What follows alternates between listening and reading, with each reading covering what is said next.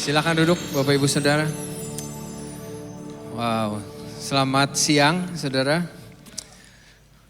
Ya, sepanjang bulan ini beberapa minggu ke depan kita akan membahas tentang kebaikan Tuhan. Ya, kalau Saudara mengikuti seri pengajaran di CLCC, beberapa minggu ini kita akan membahas tentang kebaikan Tuhan. Yang saya tahu gini loh Saudara, kita semua akan punya pengalaman pribadi sama Tuhan. Setuju? Perjalanan kita, ada mungkin bagaimana kita ditolong Tuhan, ada mungkin bagaimana Tuhan memberkati kita, ada masa-masa yang mungkin yang gak enak. Kita semua punya pengalaman pribadi sama Tuhan. Dan buat saya itu berharga banget, karena biasanya dalam perjalanan itu kita semakin mengenal Tuhan. Setuju gak saudara? Makanya menikmati kebaikan Tuhan itu bicara tentang hubungan, bukan tentang keadaan. Ya, Pastor Andi bahas minggu yang lalu bahwa membangun sebuah hubungan yang intim sama Tuhan, bukan tentang keadaannya. Artinya mungkin kalau keadaannya lagi baik-baik saja, kita lebih mudah untuk menyembah Tuhan, kita lebih intim sama Tuhan. Tapi kalau keadaannya lagi gak baik, kita jadi susah menyembah Tuhan. Kan gak gitu saudara. Makanya sebuah hubungan yang dasarnya itu memang karena kita percaya sama Tuhan. Kita mengasihi Tuhan. Makanya menikmati Tuhan adalah sebuah gambaran hubungan yang didasari oleh kasih dan kepercayaan kita sama Tuhan. Amin. Bukan tentang keadaannya. Pastor Andi kemarin ada bahas tentang 3 hal yang menghalangi kita untuk menikmati Tuhan. Saya suka sekali poin-poin ini. Karena ini sangat relate dengan kehidupan kita. Cara berpikir yang agamawi, kita selalu berpikir transaksional sama Tuhan. Saya kan sudah lakukan ini Tuhan, harusnya Tuhan berkati dong. Saya kan sudah memberi lebih banyak Tuhan, harusnya Tuhan berkati lagi lebih banyak. Atau mungkin kalau kita mendapat sesuatu yang gak enak, kita selalu berpikir, wah jangan-jangan Tuhan hukum saya kurang kasih persembahan, saya kurang pelayanan. Seringkali kita jadi transaksional sama Tuhan. Hubungan yang seharusnya didasari oleh kasih dan kepercayaan, tapi kita menggantinya dengan transaksional. Itu cara berpikir agamawi. Dan yang kedua, cara berpikir semau gue.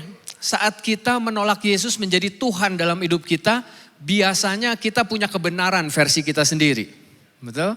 Ya ini menurut gua mah gini, menurut gua mah cenglinya gini. Kita selalu berpikir punya kebenaran versi kita sendiri. Karena kita gak mau menjadikan Yesus sebagai Raja. Gak heran keputusan-keputusan yang kita buat biasanya sedang menjauhkan kita dari rencana Allah. Menjauhkan kita dari pribadinya Tuhan. Sudah perhatikan. Sebuah kehidupan yang bukan Yesus yang menjadi penguasanya. Biasanya ego kita menjadi yang utama. Ego kita menjadi nomor 1. Gak heran kehidupan kita semakin lama semakin jauh dari Tuhan. Tapi saya mau bilang, kehidupan pemikiran semau gue gak hanya menjauhkan kita dari Tuhan, tapi sedang menjauhkan kita dari orang-orang yang kita cintai. Percaya gak saudara?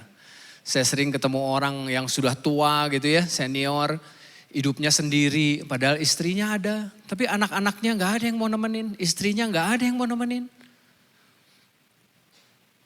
Karena kehidupan masa mudanya berantakan, kasar, kerja melulu, gak mau merhatiin anak, gak mau perhatiin istri, gak heran. Dia sedang meninggalkan orang-orang yang dia cintai.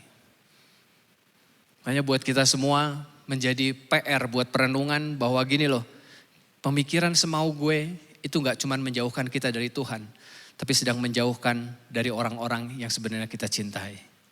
Ya, nah itu 2 poin, dan yang ketiga menolak kedaulatan Tuhan. Dan itu yang akan saya bahas hari ini. Saya suka judulnya menolak kedaulatan Tuhan. Poin ini yang sering membuat kita gak mau deket sama Tuhan. Kita gak suka saat hidup kita gak sesuai dengan yang kita mau. Gak sesuai dengan apa yang kita pikir, kita gak suka. Seakan-akan kebaikan Tuhan itu selalu diukur dengan selesainya masalah dalam kehidupan kita. Sudah punya pemikiran gitu? Seringkali kebaikan Tuhan itu diukur dengan kehidupan yang kayaknya gak ada masalah, semuanya baik-baik aja. Makanya ada orang-orang yang sering bilang bahwa ikut Tuhan tuh harusnya gak ada masalah. Ikut Tuhan tuh harusnya selesai semuanya. Saya cuma mau bilang, nggak gitu deh kayaknya.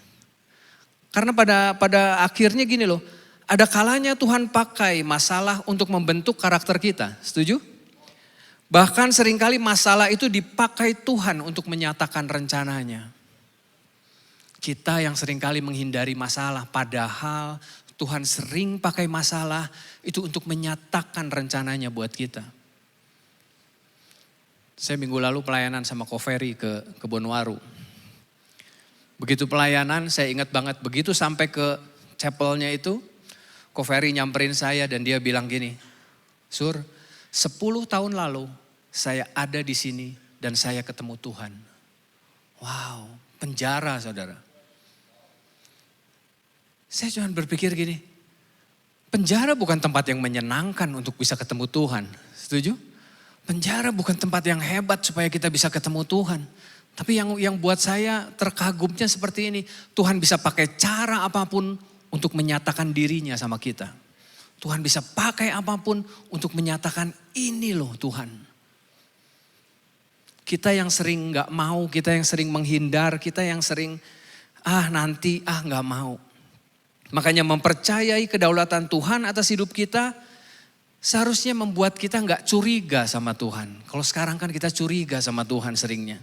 Waktu ada masalah kita curiga, aduh Tuhan gak sayang, Tuhan tinggalin kita. Tapi mempercayai kedaulatan Tuhan itu selalu berpikir positif tentang Tuhan bahwa gini loh, saya percaya apapun yang terjadi, Tuhan baik buat saya. Makanya saat keadaan tidak sesuai dengan keinginan kita, ada beberapa hal yang saya ajak kita semua untuk merenungkan. Apa yang Allah inginkan lewat kesulitan ini? Saat kita menghadapi masalah sebenarnya Tuhan mau ngomong apa sih sama saya? Daripada kita buru-buru nyalahin orang, daripada buru-buru nyalahin keadaan, ayo coba renungkan sebentar. Jangan-jangan Tuhan pengen ngomong sesuatu sama kita. Coba diem dulu, renungkan dulu. Daripada kita membuat segalanya jadi lebih kacau, kita nyalahin orang lain, nyalahin keadaan. Allah bisa memakai berbagai macam cara untuk membuat karakter kita bisa bertumbuh. Cerita Ko Ferry sangat memberkati buat saya pribadi. Bahwa perjumpaannya dengan Yesus itu bisa merubah seluruh kehidupannya. Makanya ini jadi masuk akal buat saya. Allah lebih tertarik untuk menjadikan Anda seperti Kristus daripada membuat segalanya mudah bagi Anda. Saya ulangi ya. Allah lebih tertarik untuk menjadikan Anda seperti Kristus daripada membuat segalanya mudah bagi Anda. Ini Rick Warren yang ngomong begini. Bahwa ada kalanya fokus kita berbeda dengan fokusnya Tuhan. Dan itu yang membuat kita jadi frustasi. Betul saudara? Itu yang membuat kita jadi kesel. Kita pengennya kenyamanan, kita pengennya mudah aja, segalanya jadi mudah.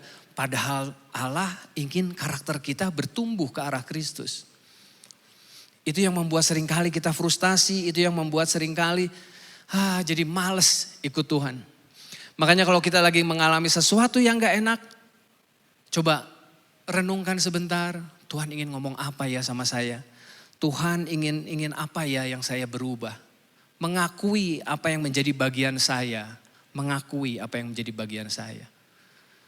Menjadi sangat penting untuk direnungkan karena gini loh, ada banyak orang yang gak mau merenungkan ini. Ada banyak orang yang akhirnya memutuskan untuk lari, untuk menghindar, untuk banyak bikin alasan yang intinya gini, gua gak mau berubah, pengen lari aja.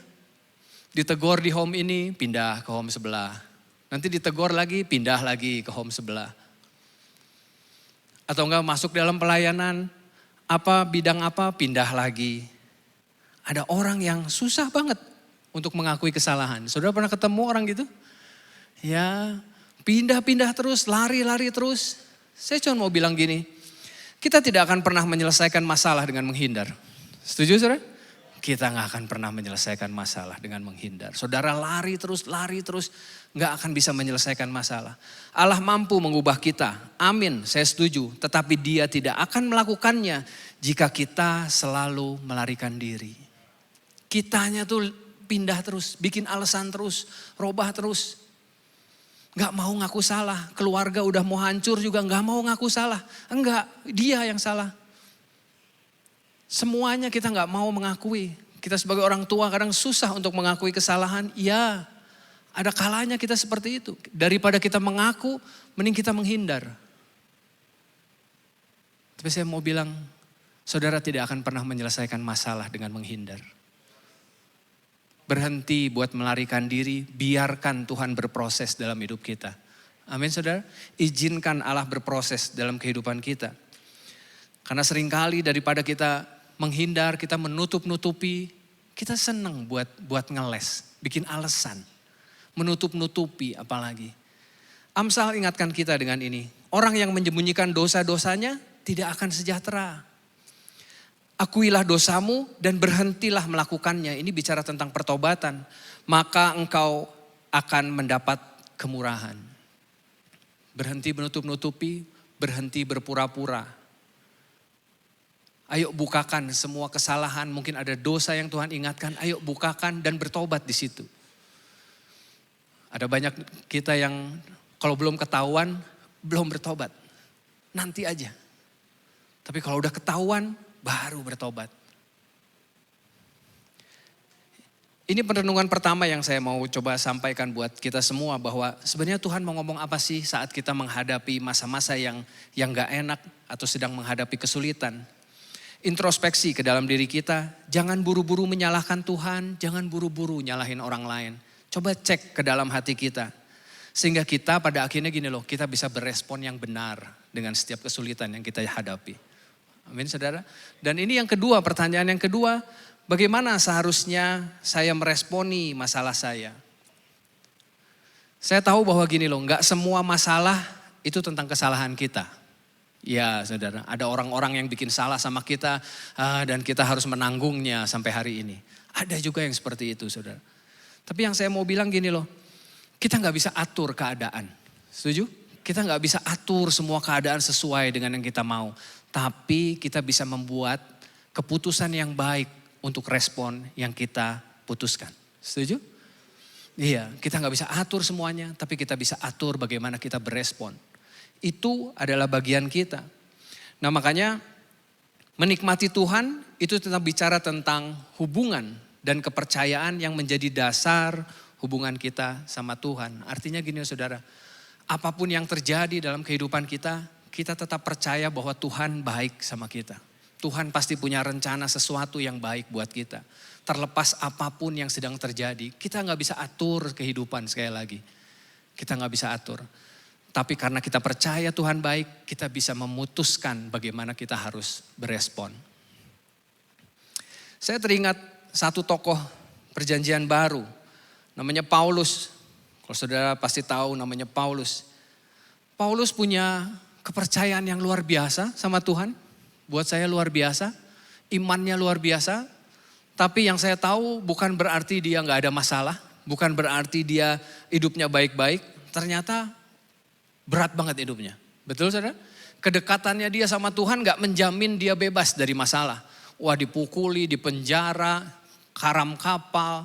Apalagi saudara, ada banyak hal yang dia alami ketika dia berjalan bersama dengan Tuhan. Dan salah satu kesulitan terbesar dalam hidup Paulus itu ditulis di Kisah Para Rasul ayatnya yang ke-27. Nanti saudara bisa baca cerita keseluruhannya. Kenapa ayat ini menjadi menarik buat saya? Pada saat Paulus dibawa dengan kapal ke Roma sebagai tahanan.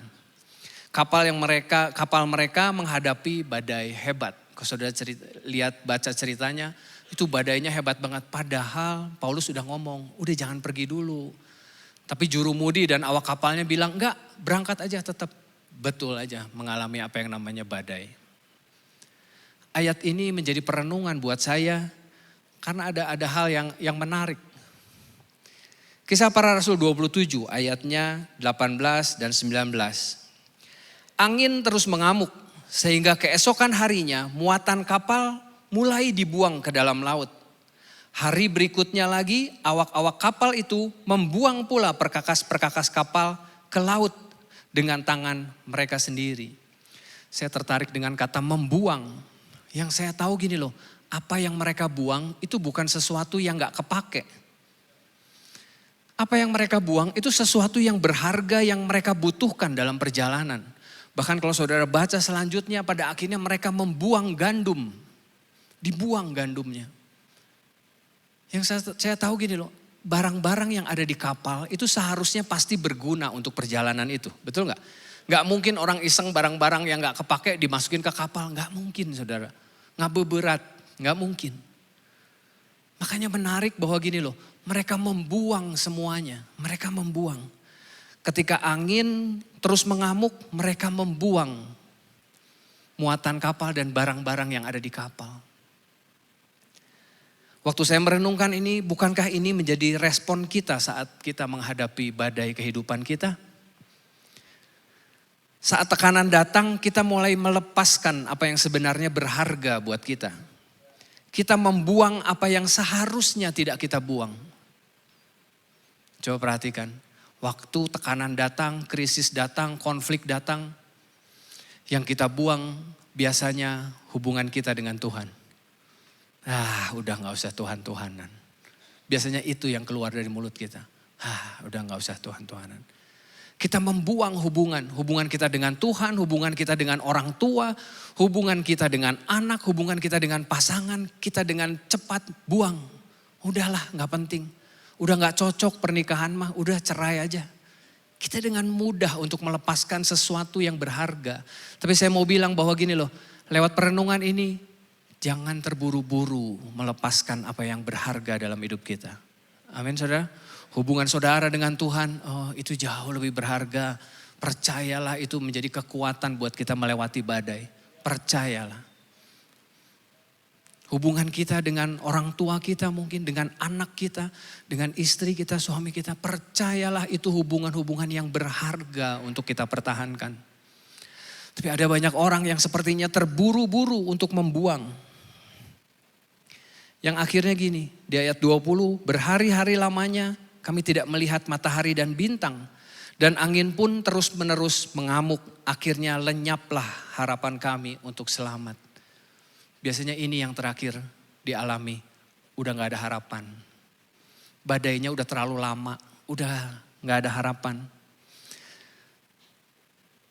Pesan saya, jangan terburu-buru membuang sesuatu yang berharga dalam kehidupan saudara.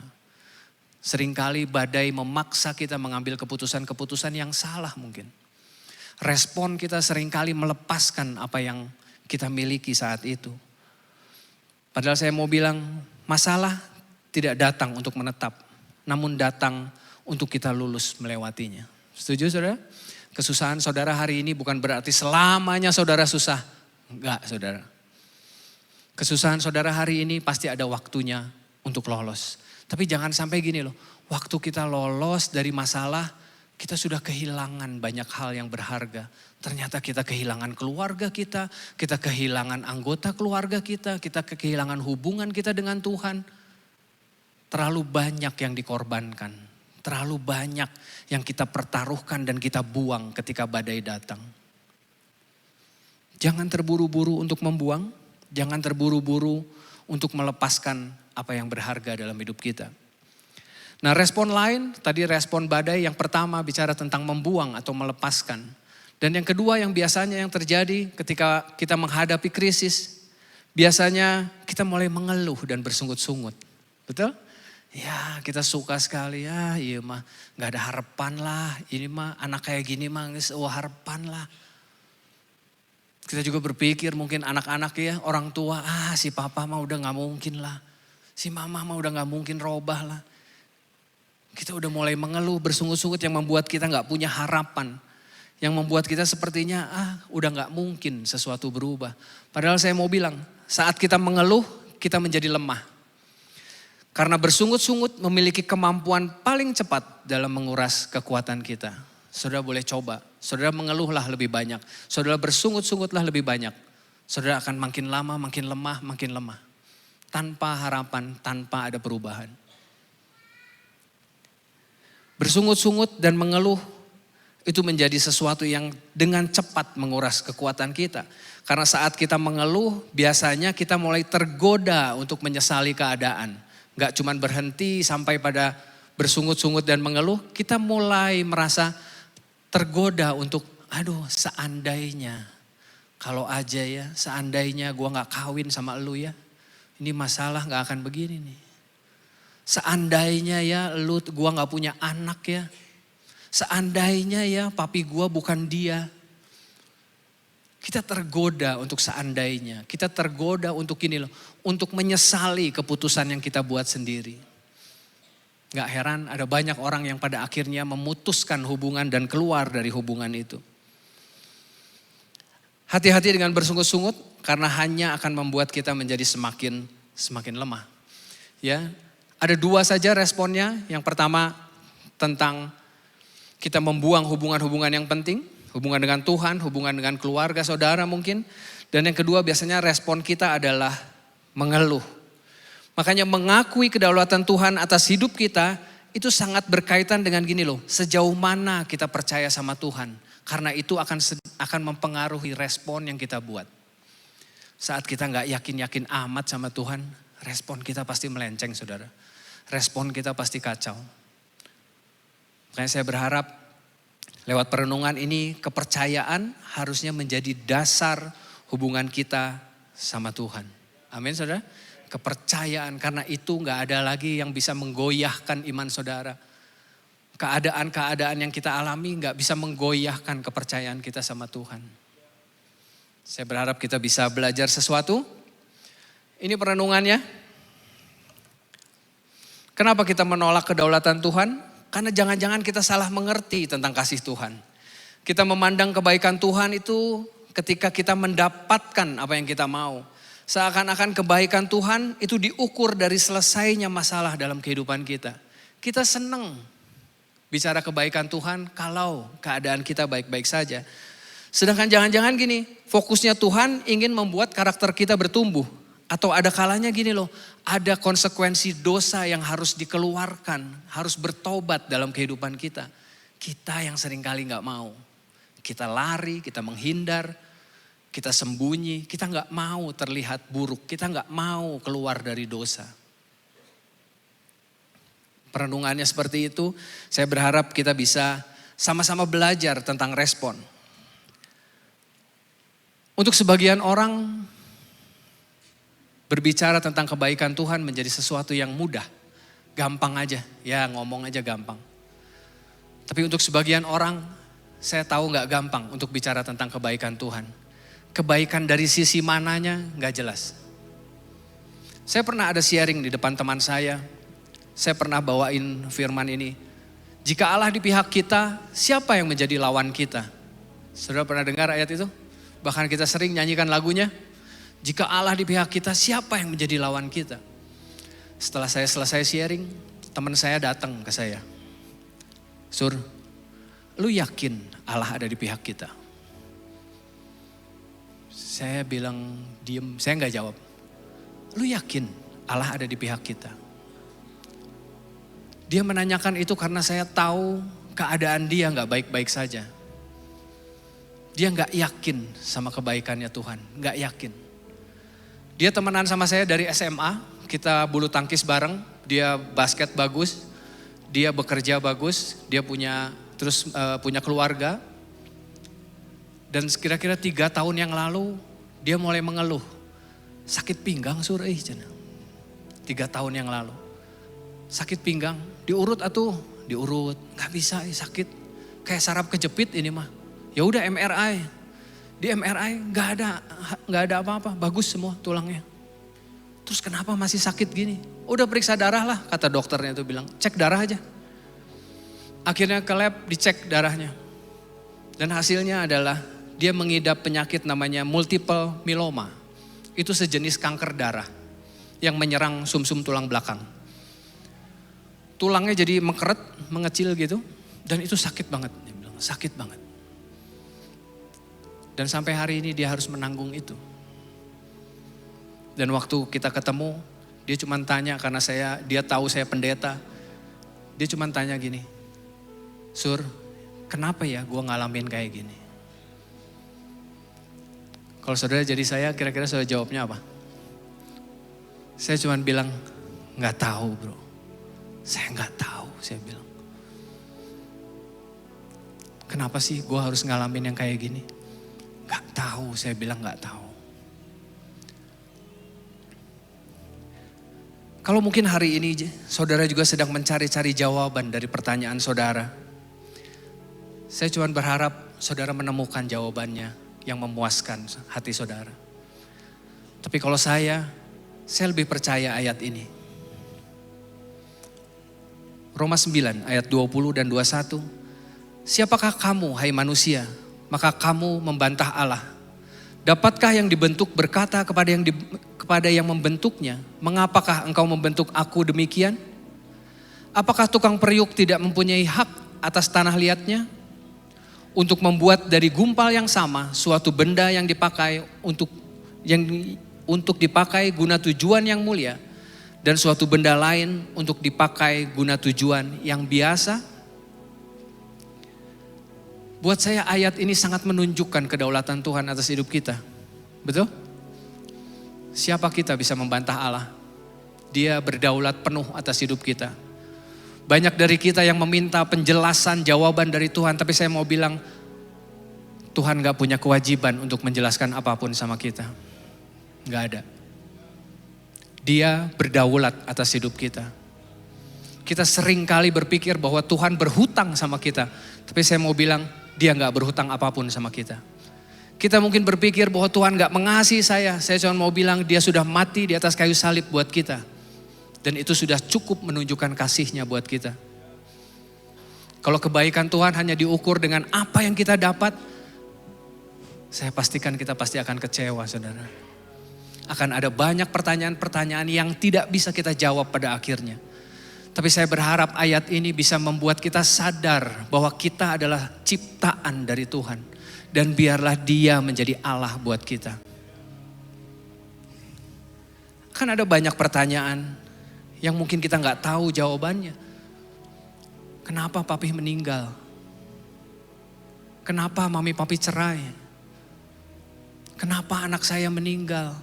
Akan ada banyak pertanyaan-pertanyaan yang saya sendiri, kita semua gak tahu jawabannya. Tapi itulah keterbatasan kita. Setuju saudara? Ayat ini harusnya menjawab betapa Allah berdaulat atas kehidupan kita. Makanya inti dari perenungan ini adalah gini saudara. Kenapa kita menolak kedaulatan Tuhan? Karena jangan-jangan kita gak percaya sama kasih-Nya Tuhan. Kita gak percaya. Perenungan hari ini saya berharap kita bisa sama-sama mengecek apakah kasih dan kepercayaan menjadi dasar hubungan kita sama Tuhan atau sekedar hubungan transaksional sama Tuhan. Perenungan buat kita semua. Saudara ada di tempat ini, saudara membangun kekristenan saudara, apa yang menjadi dasar kita membangun hubungan dengan Tuhan? Apakah karena kita percaya bahwa Tuhan mengasihi kita atau jangan-jangan hanya karena transaksional saja? Supaya saya diberkati. Saya berharap kita bisa sama-sama mengecek. Saya sungguh berharap bahwa kita punya respon yang benar untuk tetap percaya. Bahwa Allah tetap pegang kendali atas hidup kita. Amin saudara. Tuhan Yesus memberkati.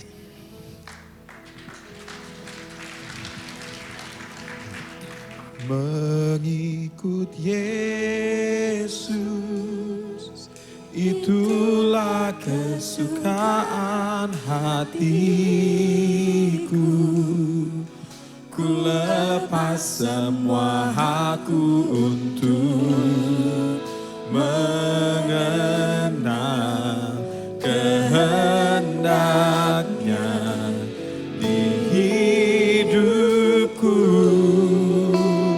Mengiring Yesus, itulah kekuatan hidupku. Ku yakin anugerahnya mampu jadikanku hamba yang berkenan selalu mengikut Yesus. Itulah kesukaan hatiku. Ku lepas semua hakku untuk mengenal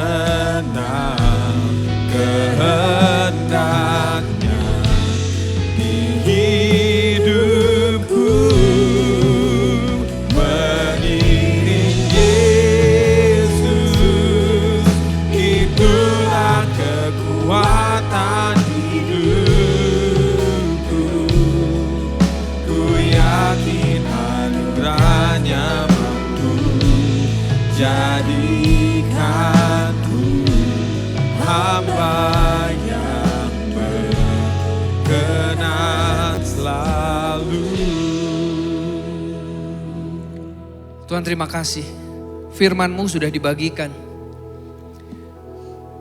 Biarlah kami membangun hubungan kami dengan Tuhan atas dasar percaya pada kedaulatannya Tuhan. Meskipun kami akui ada banyak hal yang kami tidak mengerti, ada banyak hal yang kami nggak tahu jawabannya. Tapi satu hal yang kami yakin bahwa Tuhan berdaulat atas kehidupan kami. Tuhan yang pegang kendali atas kehidupan kami. Jadikan kami memiliki respon yang benar karena kami percaya sama kasih-Nya Tuhan. Tuhan yang memimpin, Tuhan yang menjagai kami. Terlepas apapun yang sedang kami lewati hari-hari ini, Tuhan, hamba-Mu berdoa. Biarlah Tuhan yang memberikan kekuatan buat kami semua. Tuhan yang memberikan jalan keluar, memberikan penghiburan buat kami semua. Dan kami tahu apapun yang sedang kami jalani, Tuhan ada di sana bersama-sama dengan kami. Tuhan sekali lagi terima kasih. Terima kasih buat banyak kepercayaan yang Tuhan beri dalam kehidupan kami. Tuhan yang memimpin perjalanan kami. Sungguh Tuhan, biarlah Engkau yang berdaulat atas kehidupan kami sepenuhnya. Terima kasih Tuhan. Hanya di dalam nama Tuhan Yesus kami sudah berdoa dan kami mengucap syukur. Amin.